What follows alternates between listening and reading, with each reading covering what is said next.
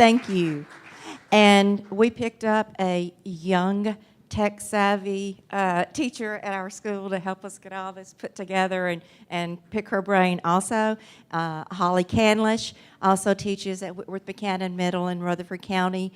She is our special math teacher, teaches high math, and she teaches at 3 different schools in Rutherford County. She got her degree in math from UT in Knoxville, and then from there went on and taught in Sevier County. She has also taught in Indianapolis, and then came to Rutherford County. I think you've been teaching 16 years, and she's married and has 3 children.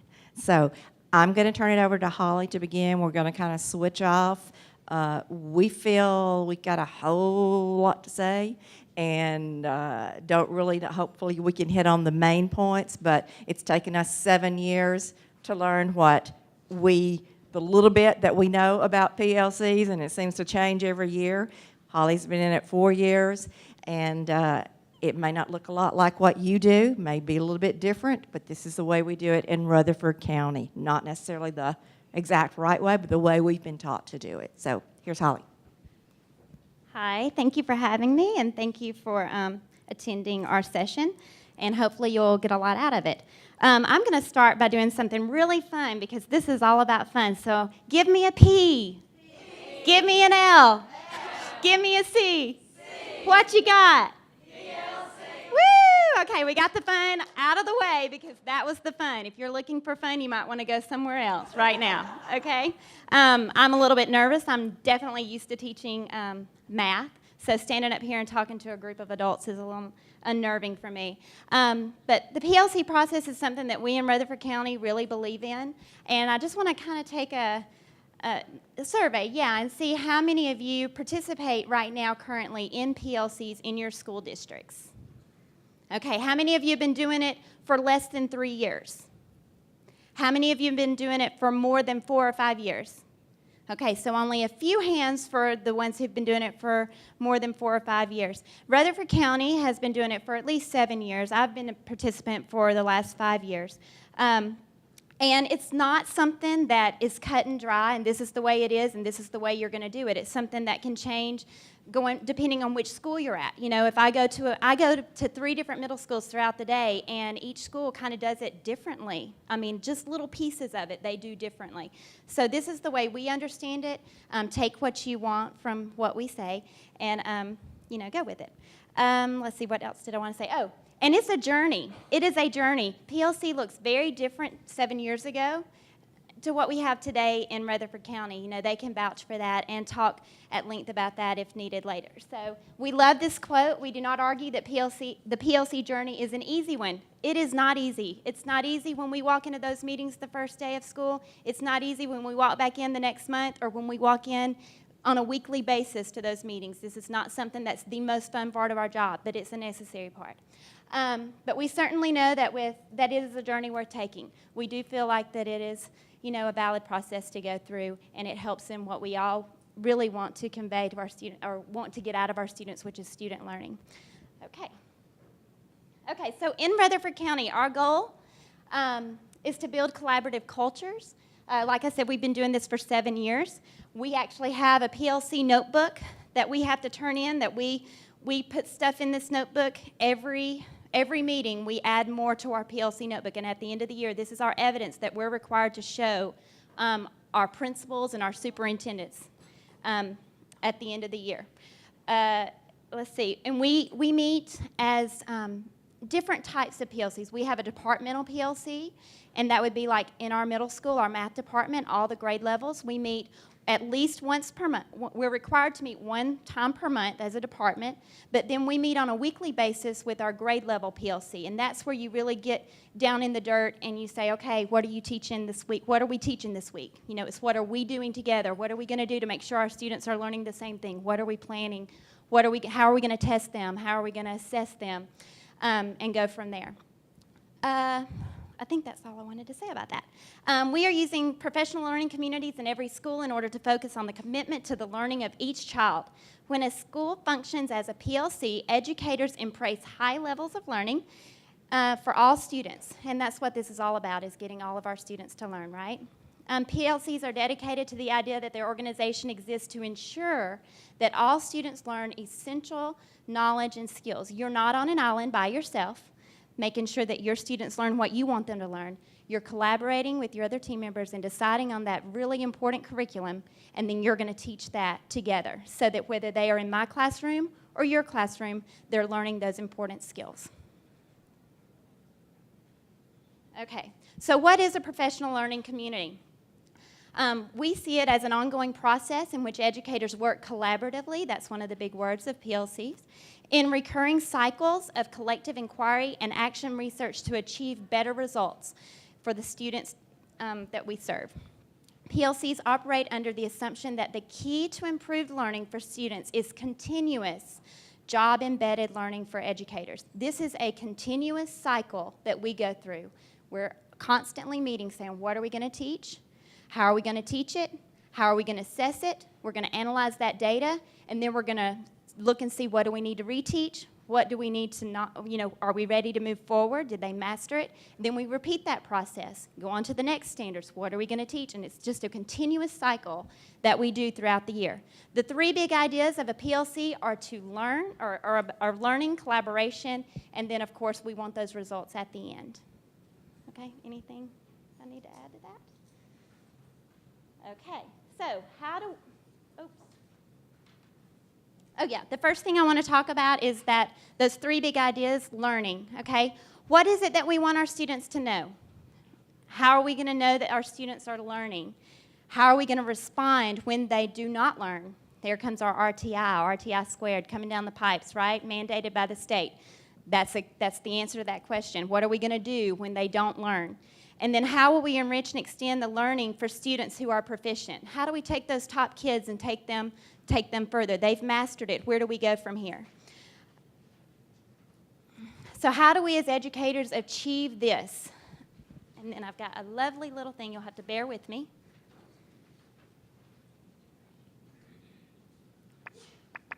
Thursday through Sunday, We have to watch it for like 4 seconds, and then we'll go on to something else. Polos, cam shirts, pants, and shorts. Skip our ad.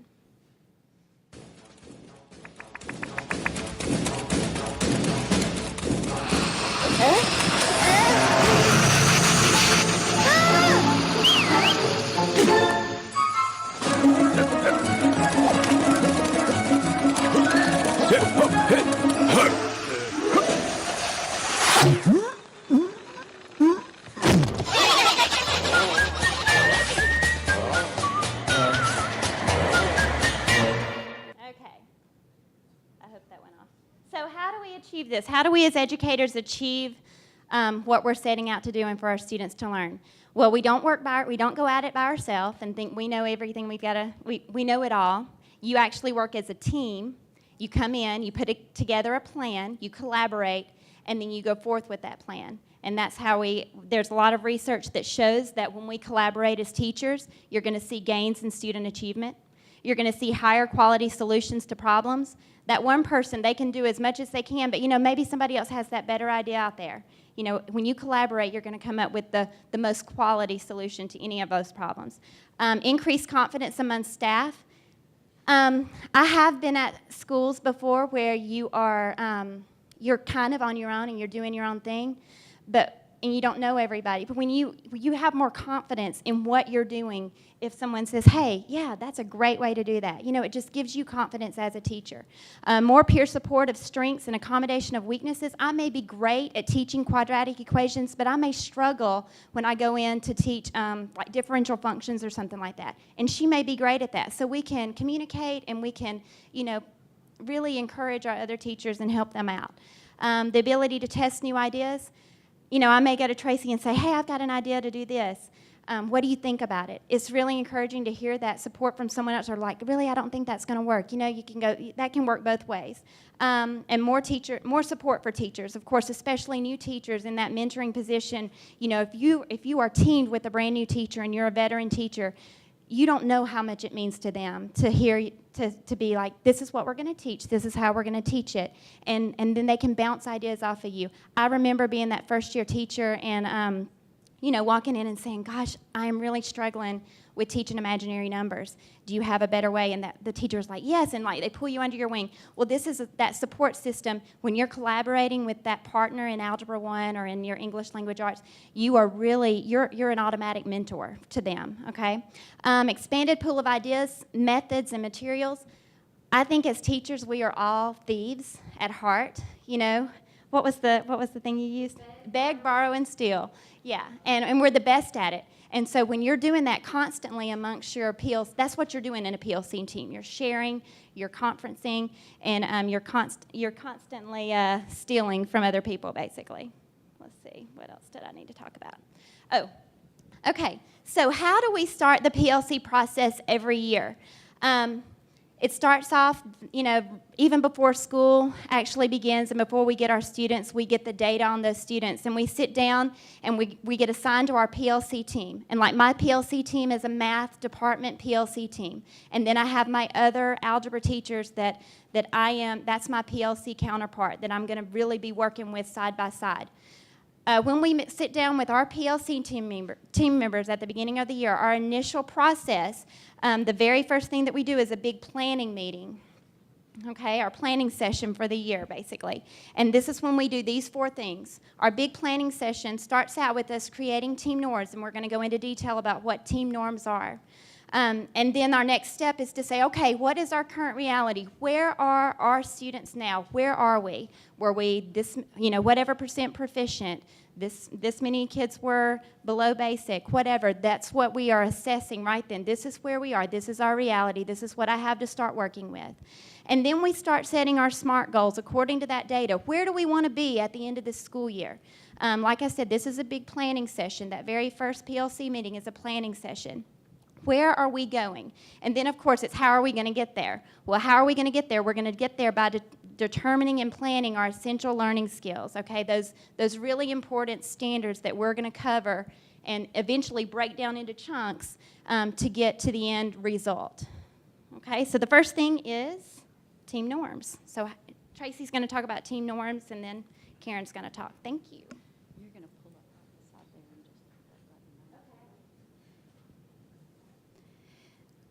I'm going to speak just a little bit about the PLCs because I come from a K-8 school, and I was the only 6th grade teacher there, and so I didn't have anyone to share with until PLCs came in, you know, and they said, we have to do this. And so we were taking our half days, however many we had, and we were sent to another school out in the county. And there were 4 of us that got together. Well, we didn't know what on earth we were doing because we 4 were supposed to share what we thought that we needed to be doing. And we were doing what we thought was a pretty good job at it. Now, remember, we were K-8. Now we have no K-8 schools in Rutherford County, so we're middle school based. And then when I finally got to middle school, I had a partner to share with. I had never had that before, and that really helped me a lot. Although I had more years of experience than she did, we were kind of like brand new teachers together, that we could work together and accomplish a goal for our children. And I mean, I'd never had that before other than bouncing ideas off of my team that I had at my K-8 school. And so I really finally felt like I connected with someone and was able to have a curriculum and know what to do with my science curriculum and it not be just me. So I felt really good about that. And that's what PLCs will do for you. If you, and I feel like it's taken us a long time to do this. This is starting our 5th year at our school. And so we have done things, you know how you do things different every year in your teaching? Well, this is what we've done with PLCs. Everything has been different. But we're kind of getting an idea of what we're supposed to do. Our notebook was this thick last year, and it's this thick. It'll be this thick again this year. So the first thing that we do is we create norms. And by the way, you do have all of this in you've got the PowerPoint, and you have some handouts. The thicker one has handouts, and it's got norms, and it'll show you kind of how we have done some of the norms in our school, so that'll give you an idea maybe of how to, start your PLC. You start out with norms, all right?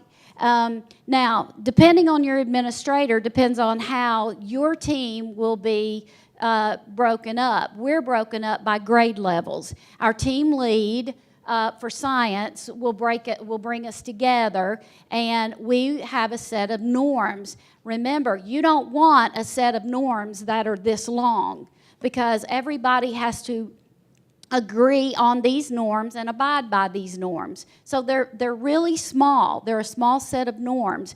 But when you look at your norms, they're ground rules or habits that when you come into your meeting, every time you are doing the exact same thing. You want to be on time at your meeting. You don't want to have to wait on each other. You want to be an active participant. You want to bring the materials that are required for you to have. We were discussing that a lot of times we don't know what we're supposed to do until we meet.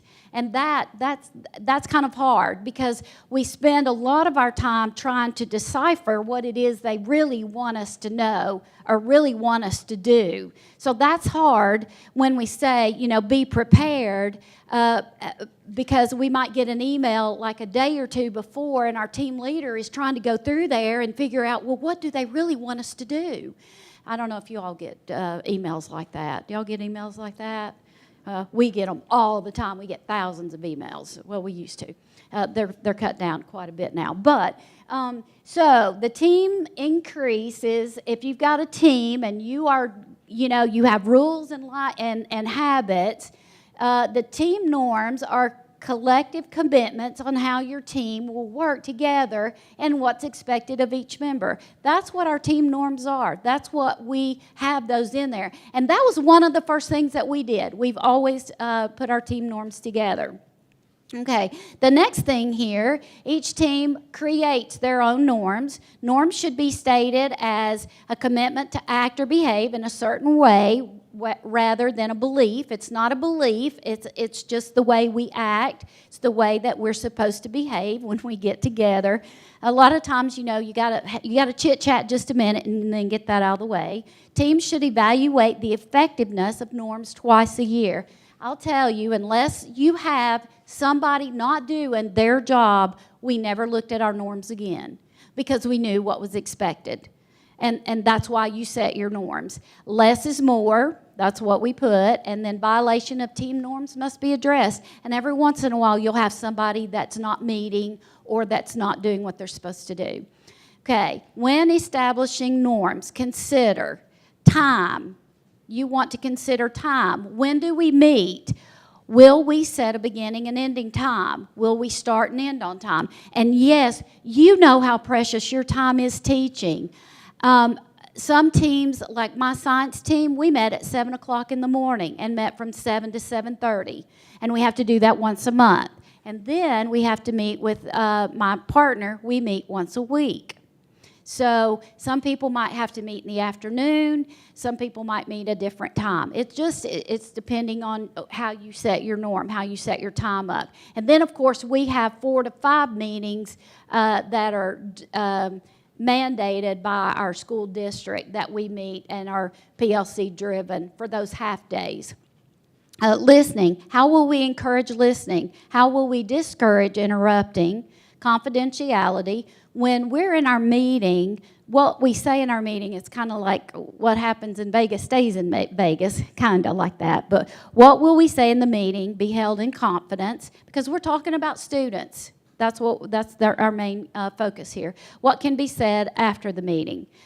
Decision making. How will we make the decisions? Will we reach discussions by consensus, or how will we deal with conflict? Participation. How will we encourage everyone's participation? Will we have attendance policy? And guys, you don't have to do, that's encouraged, but if your team's on board with you, they'll come to the meetings because they know that they have to. And you might get reported if you don't. We've never had that happen. Expectations. What do we expect from members? Are there requirements for participation? Now, our second responsibility for working in our notebook is to assess current reality. This is what you're going to do before the kids ever set foot in the door. What I'm going to do is I'm going to look at my kids and hopefully as much of the TCAP or TVAS scores that I can get information on, I'm going to look at it, and I'm going to be able to see what I've got to start with. So that's what I have to look at. That's the reality that I start with. All right, so administrators and educational leaders in a school are going to identify the current status of the school during using the most current data and TCAP or TVAS scores. And two questions that you're going to look at are what are their strengths and what areas need immediate attention. And that's what we look at when we assess the current reality. And this is where we set our SMART goals. When you're looking at SMART goals, you're looking at your strategy for that year. What do you want to accomplish with those kids that year? You want those SMART goals to be strategic and specific. And you have an example of an elementary school, you have an example of a middle school, our middle school, and then a high school also. It is measurable, attainable, and result-oriented. There is statistic that it's data driven, and from what I understand, it's going to be more data driven and time bound. So this is what we're reaching, for the best, and our SMART goals is what kind of gets us started. And Ms. Stroud's going to finish it up for us.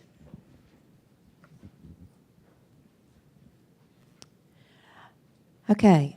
The next step 4, the process that you will go through in that initial meeting that you will have with your group is you're going to determine and plan essential learning skills.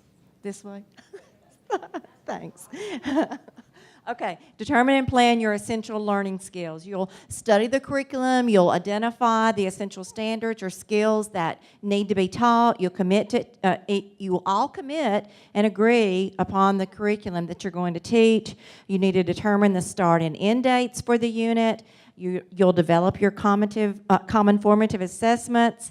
Make sure that you say, what level is mastery, and you're going to have varied questions and varied question types. You determine when the common formative assessments will be given, and then the date that they need to be analyzed by, and then when you look at that data, then you will determine when and how reteaching and enrichment will be provided. Reteaching, of course, if they don't master, and then you need to provide enrichment for those students who have mastered it. So it's an involved process that you're going to be going through when you are working on determining these essential learning skills. There is a handout also in your packet of essential standards chart.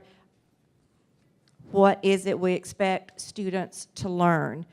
So you might want to look at that also, this example that's in there.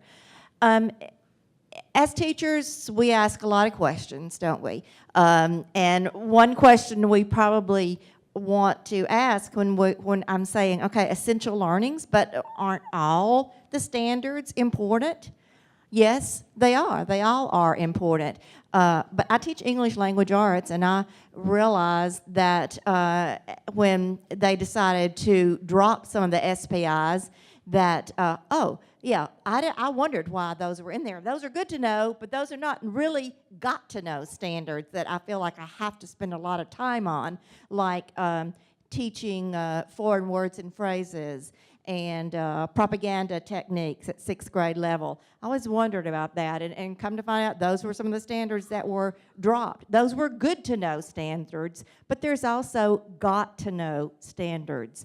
Mike Mattis, you may recognize that name. He's a well-known PLC author, and that's what he states, that there are some standards that are good to know, while others are got to know. These got to know or essential standards are the basis of ensuring each student in the school receives a guaranteed and viable curriculum. This is what you need to decide, and maybe save those good-to-know standards for, I love to teach a novel after we do TCAP, or something of that effect that is not necessarily something you need to do, but to really do well on the test, but it's also something that will enrich them by giving them novels to read. Ms. Patterson, I think you said you have something when you teach science. What is it that you say are good to know and got to know? Well, for got to know, we just, for good to know, it's just, we do biomes. You know, it was a 7th grade skill, now it's a 6th grade skill, and it's not even taught. You know, it's not something that's on TCAP, so we save it for after TCAP. You know, and it could be more of a teacher, what was that other one we went to? Probably. Project-based learning, you know, and so that's what we do after TCAP. You know, it's not one of those got-to-know things. It's good to know. And Holly, your analogy? I kind of think about it like this. You know, my hand is awesome to have attached to my body because it does some really great things for me. It feeds me in the morning. It helps me do my hair. My hand is awesome. But if my hand got cut off tomorrow, I could still live and survive in this world. So it's great to have, but it's not something I have to have like my beating heart. You know, if I don't have my beating heart, then I'm not making it at all in this world. So that's the difference in good to know and got to know. You have to have your heart. It's good to have your hand. So I think about it like that when I'm talking to other people and like, what? So anyway. Okay, so this kind of wraps up what you would do initially when you begin in your PLC meeting at the beginning of the year. These are the steps that you would go through. And then each time, as we mentioned, we meet continually at least once a month with our department, at least once a week with our grade level counterpart or parts. It depends on how many mini schools you have, how many people you have teaching that same subject. And you will meet with them once a week, and then this process is just a continual circle that continues to go on each time you meet. This is for a short period of time. You're going to set your short-term SMART goals. The SMART goals that you set initially in the beginning are those for the whole year. And then the SMART goals that you do each month or each time you are working on a learning unit, then that's your short-term SMART goals. Those are maybe one or two things that you're going to concentrate on that's going to be on your formative assessment, your common assessment. So you'll collaborate and plan how you're going to teach it, then you'll actually do the teaching, you'll administer a common assessment that you have together made, then you'll analyze the data, and hopefully you're going to be cheering instead of going, oh no, they didn't get it again, I've got to work on this again. So you analyze the data, but then you've got to plan and provide for interventions if they didn't get it. If they did get it, good, you can move on to the next. And this is, again, a continuing process. It's continuous throughout the year. The goal is for teachers to consistently collaborate for greater student learning. So I'm pulling off each one of those little circles there and just kind of chunking it. This is kind of chunking it, what you do. You set short-term SMART goals. It's an important step. Short-term gains are needed as you go along in order to achieve the big goals. You can't make the big step from not knowing anything to knowing everything in one step. You've got to do it, of course, baby steps, a few at a time. So these are your short-term SMART goals that you're setting. Then, again, you collaborate and plan. Teachers working and planning together is critical for there to be success. You teach the essential skills. You identify specific learning needs. You identify strategies to improve instruction. You might say, no, I taught plot to my kids, and you taught plot to your kids, and your kids did a lot better on plot diagram than mine did. So how did you teach that? Maybe I can teach it that way next time, and maybe, or maybe you could come to my class and teach plot diagram, and I could come to your class and teach something that my students did well on. That's part of PLCs. That's the collaborating and working together that you're doing. And then together, you make this common assessment that tests the things that you agreed upon to teach. And it's not some assessment that's put together by a textbook company or an assessment that your district put together. It's something that you and your counterpart put together based on what you were teaching. And then you analyze the data. Using the data process, you just, it varies from principal to principal, how they want you to set that up, but you build a foundation, you identify the student learning problem, data and research again, verify what are the causes of that, generate some solutions. Okay, am I going to use a certain software to help me to do better, help these students to see this better? Am I going to teach it in a different way? Am I going to have another teacher come to my classroom and teach it?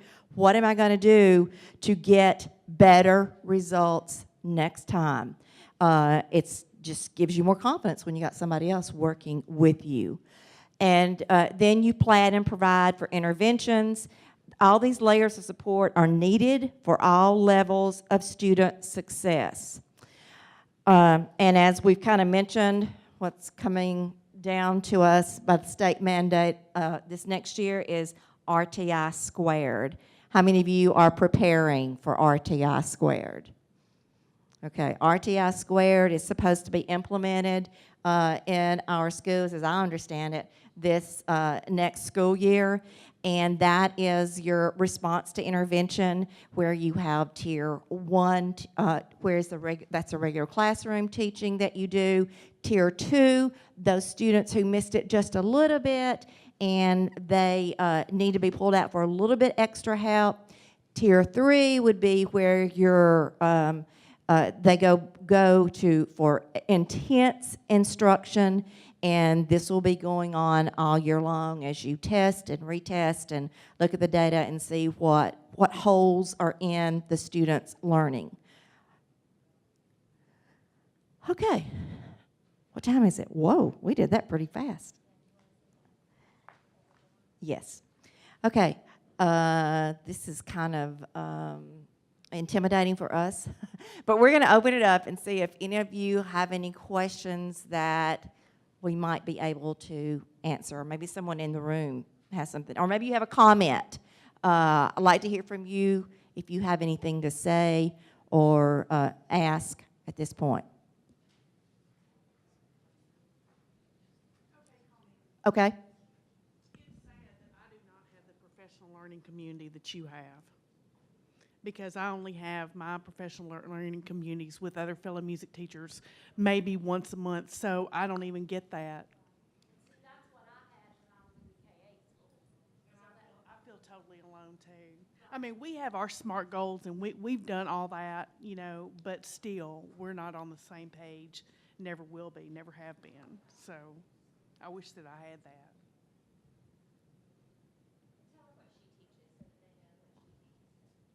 I teach general music and choir. Mary Margaret teaches with us at Whitworth Buchanan. While you're thinking, let me just remind you that Bethany asked us to remind you there is an evaluation slip in your folders. You probably already found that. And make sure, please, that you evaluate every session that you attended and that you turn that in to her at the registration table. That is how she decides what we're going to do next year. Okay, questions? Anybody? Comments? Okay, we're going to give you a test. Not really. Y'all are excited, I can tell. Okay, we want you to get kind of in groups of 4 or 5, please. And Hollie's giving you an envelope. So kind of group up in groups of 4 or 5 because we don't have enough envelopes for everybody in here. And let's see if you can put the vocabulary together, the words with their meanings. And then we're going to check you in just a moment. No, no writing. Just set it beside the other one. Just matching. It's as easy as multiple choice test.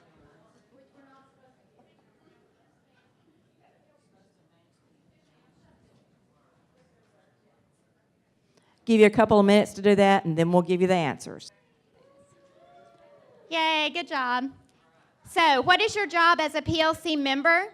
Of course, you want to make sure that you're following the team norms, that everyone's participating. You want to be prepared for meetings as much as possible. Be an active participant in your PLC and be positive. This is something that can be very upsetting at times when your kids are not getting something or when you look at that initial picture, your initial reality. But just be positive. And then we thought this was fun.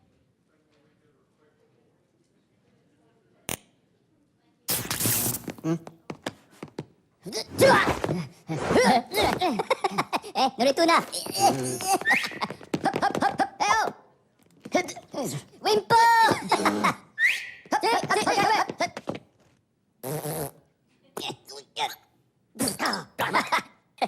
Okay, pivotara.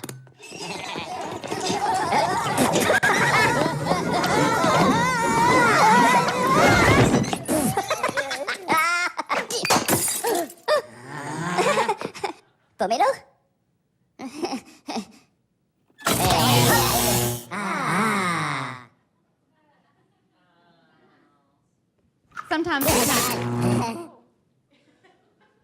Sometimes we kind of feel like that guy at the end when we're walking out of a PLC. We feel a little bit frazzled, so that's totally normal. And sometimes your solutions can get out of hand, and we can get going crazy in a PLC. So anyway, we thought that was pretty good. Oh, one of the sheets that we really, the very last 2 sheets in your packet, cultural shifts in a professional learning community. A shift in a fundamental purpose. Instead of focusing on teaching and what I'm doing up here, you're going to focus on the actual learning of the student. A shift in the use of assessments. That's just a really great sheet to look at as you look over PLCs and kind of put your mind in the gets you in the right frame of mind for what a PLC's purpose is and how to approach it. Oh. And we've got a Bible here. Not really. I'm not even want to call it that. Okay, but this is a Learning by Doing, a handbook for professional learning communities at work. We cited a lot of things from this book. This is something that our county uses a lot. So, DeFore, Eaker, and Minnie. Richard DeFore, Rebecca DeFore, Robert Eaker, and Thomas Minnie. And so anyway. We took a lot of the handouts from there, and there are a lot of other worksheets in there. That just kind of helps you to get a beginning. Hopefully, this has been helpful to some of you. It's probably repetitive to others, but hopefully you got something from this. And we thank you again very much for being here. You're supposed to go by the registration table, leave your evaluation sheet, and pick up your credits for in-service. That's why we're here, right? Okay, thank you.